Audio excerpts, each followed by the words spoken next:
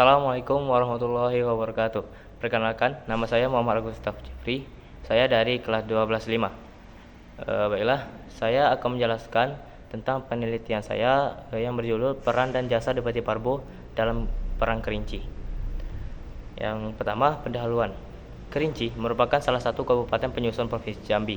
Kerinci terkenal dengan kekayaan alam dan budaya yang khas. Kawasan ini berada di dataran tinggi Sumatera, dikelilingi pegunungan termasuk Gunung Kerinci yang merupakan gunung tertinggi di Sumatera sekaligus gunung berapi aktif tertinggi di Indonesia. Selain pegunungan, Kerinci juga dikenal dengan Danau Kerinci. Masyarakatnya sebagian besar terdiri dari suku Kerinci yang memiliki bahasa, adat istiadat, dan seni tradisional unik. Kerinci juga populer sebagai penghasil kopi dan teh berkualitas tinggi, serta hasil pertanian seperti kayu manis, yang menjadi salah satu komoditas utama daerah ini. Dalam perjalanan sejarahnya, Kerinci memiliki beberapa pahlawan lokal, di mana yang paling terkenal yaitu Depati Parbo. Depati Parbo adalah salah satu pahlawan asal Kerinci. Depati Parbo turut bersama Sultan Taha Saifuddin dalam Perang Jambi pada tahun 1858 sampai dengan 1904. Dikutip dari Kamus Besar Bahasa Indonesia KBBI, pahlawan dimaknai sebagai orang yang menonjol karena keberanian serta pengorbanannya dalam membela kebenaran. Pahlawan harus mengorbankan tenaga, pemikiran, waktu, bahkan nyawa. Pahlawan tidak berjuang untuk kepentingannya sendiri, melainkan untuk kepentingan masyarakat, bangsa, serta negara. Yang kedua itu isi. Kita masuk ke biografi. Muhammad Kasib atau Depati Parbo lahir di Kerinci pada tahun 1839. Ayah Depati Parbo bernama Bimbe, sedangkan ibunya bernama Kembang. Depati Parbo memiliki 3 orang saudara perempuan yang bernama Bende, Siti Makam, dan Likom. Depati Parbo adalah gelar yang disandang Muhammad Kasib ketika dewasa karena kecakapannya dalam pendidikan dan adat. Nama Depati merujuk pada gelar adat yang menunjukkan kedudukannya sebagai pemimpin adat yang dihormati. Nama asli Depati Parbo sering kali tidak disebutkan, namun ia juga dikenal sebagai Datuk Paduka Parbo di kalangan masyarakat Kerinci sejak muda. Sejak muda, Depati Parbo sudah menunjukkan bakat kepemimpinan yang kuat dan kecintaan yang mendalam terhadap tanah kelahirannya. Ia tumbuh dalam masyarakat yang menjunjung tinggi nilai adat, kearifan lokal, dan kehormatan yang kemudian membentuk sikapnya dalam melindungi Kerinci dari ancaman eksternal. Depati Parbo adalah seorang pejuang kemerdekaan Indonesia dari Kerinci. Depati Parbo adalah sosok pahlawan yang sangat dihormati dari Kerinci, Jambi. Ia lahir sekitar abad ke-19 di dataran tinggi Kerinci, sebuah wilayah yang memiliki sejarah panjang sebagai daerah yang mandiri dan kaya budaya. Masyarakat Kerinci memandang Depati Parbo sebagai pemimpin yang berani dan karismatik. Kehadirannya dalam sejarah tercatat sebagai pejuang tangguh melawan penjajahan kolonial Belanda yang menindas. Kita masuk ke Perang Kerinci. Pada abad ke-20 itu, Belanda sedang memperluas wilayah kekuasaan kolonialnya di Sumatera, termasuk Jambi. Belanda melihat wilayah Kerinci sebagai daerah yang strategis, terutama karena kekayaan sumber daya alamnya serta letaknya yang berdekatan dengan wilayah-wilayah penting di Sumatera. Pada tahun 1900, Belanda masuk lewat Muko-Muko dan mengadakan patroli di bukit setinjau laut. Belanda mendirikan pesanggerahan di puncak Gunung Raya sebagai tanda kehadiran mereka. Kehadiran Belanda sebagai kafir bagi penduduk memicu kemarahan besar masyarakat Kerinci. Depati Parbo tidak tinggal diam. Dia menyadari bahwa Belanda hanya akan membawa kehancuran bagi rakyatnya jika tidak dilawan. Dengan dukungan masyarakat Kerinci, Depati Parbo membangun pasukan perlawanan untuk melawan kafir Belanda. Berbeda dengan pasukan kolonial yang terorganisir dan bersenjata lengkap, Depati Parbo dan pasukannya lebih mengandalkan taktik gerilya. Depati Parbo dan pasukannya lebih mengandalkan taktik gerilya. Depati Parbo dikenal dengan kecerdikan yang luar biasa dalam menyusun strategi perang. Dia memanfaatkan pengetahuannya tentang bentang alam Kerinci, termasuk hutan, sungai, dan perbukitan untuk bersembunyi dan melakukan serangan mendadak terhadap pos-pos Belanda. Pertempuran awal di Renah Manjuto. Pertempuran pertama terjadi di Renah Manjuto. Depati Parbo memimpin perlawanan dengan benteng pertahanan di selatan desa Lempur Mudik. Para hulu balang Kerinci yang dipimpin oleh Depati Parbo dari Lolo dan Depati Agung di Lempur menghadang utusan Belanda di antara Lempur dan Lolo. Utusan tersebut berhasil dibunuh sehingga memicu Belanda bersiap menyerang Kerinci. Berhadapan dengan pasukan Belanda yang berjumlah 300 orang, para hulu balang Kerinci telah siap melawan. Pada akhir pertempuran, banyak korban jatuh di pihak Belanda, dan pasukan Belanda tersebut gagal memasuki Kerinci. Ini menandai permulaan Perang Kerinci melawan penjajahan Belanda pada tahun 1901. Di bawah pemerintahan G.G. van Hens, Belanda terus mencari jalan masuk ke Kerinci.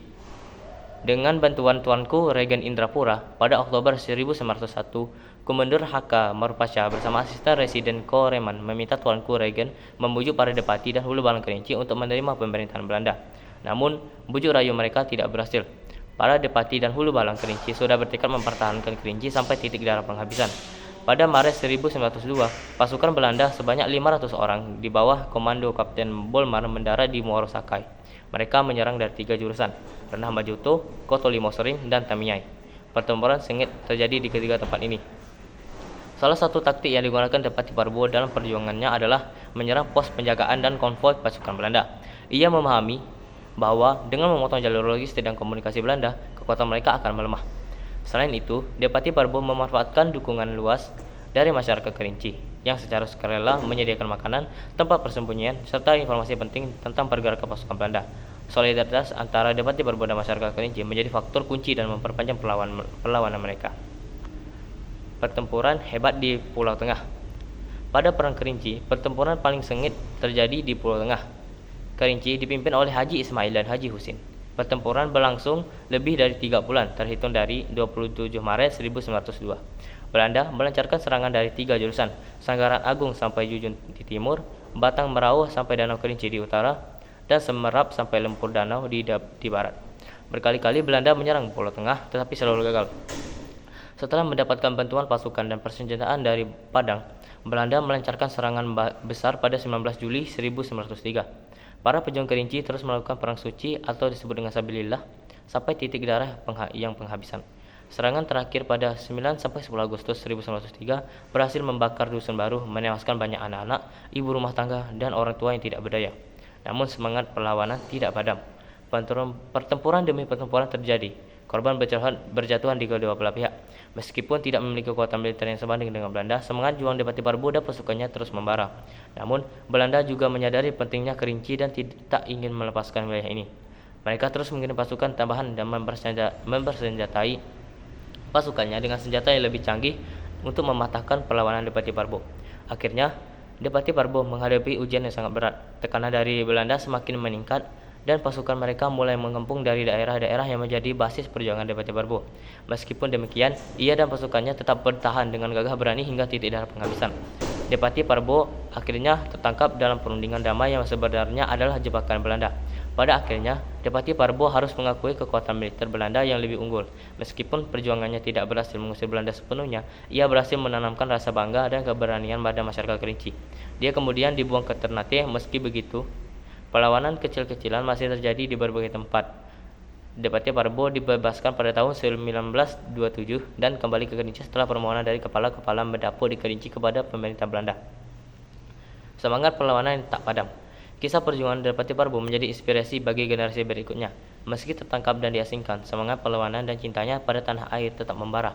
Depati Barbo, sang pahlawan dari Kerinci, menorehkan namanya dalam sejarah sebagai simbol keberanian dan keteguhan. Kegigihan Depati Barbo menjadi teladan bagi generasi selanjutnya bahwa mempertahankan tanah kelahiran adalah tanggung jawab yang tidak boleh diabaikan. Perjuangannya menjadi inspirasi bagi banyak pejuang kemerdekaan di wilayah Sumatera, yang kemudian menjadi bagian dari gerakan kemerdekaan Indonesia di awal abad ke-20. Nama Depati Barbo tidak sekedar dikenal di Jambi, tetapi juga diakui oleh pemerintah Indonesia sebagai salah satu pahlawan yang berjasa dalam melawan kolonialisme. Pada tahun 1906, pasukan Jambi di bawah pimpinan Pangeran Haji Umar dan Pangeran Seman Jayanegara tiba di Kerinci dan melanjutkan perlawanan. Mereka mendirikan markas di Pungut dan melakukan serangan terhadap Belanda di Sanggaran Agung. Serangan ini merupakan bentuk pembalasan atas penangkapan Depati Barbo. Pertempuran demi pertempuran terus terjadi, tetapi semangat juang para pejuang Kerinci tidak pernah surut, hingga akhirnya nama Depati Barbo tetap hidup sebagai lambang perlawanan dan perjuangan melawan penjajah.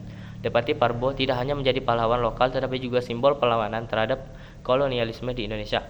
Kisahnya mengajarkan kita tentang pentingnya mempertahankan kedaulatan dan kebebasan serta menjadi inspirasi bagi perjuangan generasi berikutnya. Hingga saat ini, masyarakat Kerinci terus mengenang jasa-jasa Depati Parbu. Banyak upacara adat yang diadakan untuk menghormatinya, dan kisah perjuangannya terus diceritakan dari generasi ke generasi. Pemerintah daerah bahkan mendirikan monumen dan situs sejarah untuk mengenang perjuangannya. Depati Parbu bukan hanya pahlawan bagi masyarakat Kerinci, tetapi juga simbol dari keberanian, ketangguhan, dan semangat untuk meraih kemerdekaan yang menjadi bagian dari sejarah perjuangan bangsa Indonesia. Adapun kesimpulan dari penelitian ini adalah Depati Parbu adalah pahlawan Kerinci yang memimpin perlawanan melawan penjelajah Belanda dengan strategi gerilya, keberanian, dan dukungan masyarakat.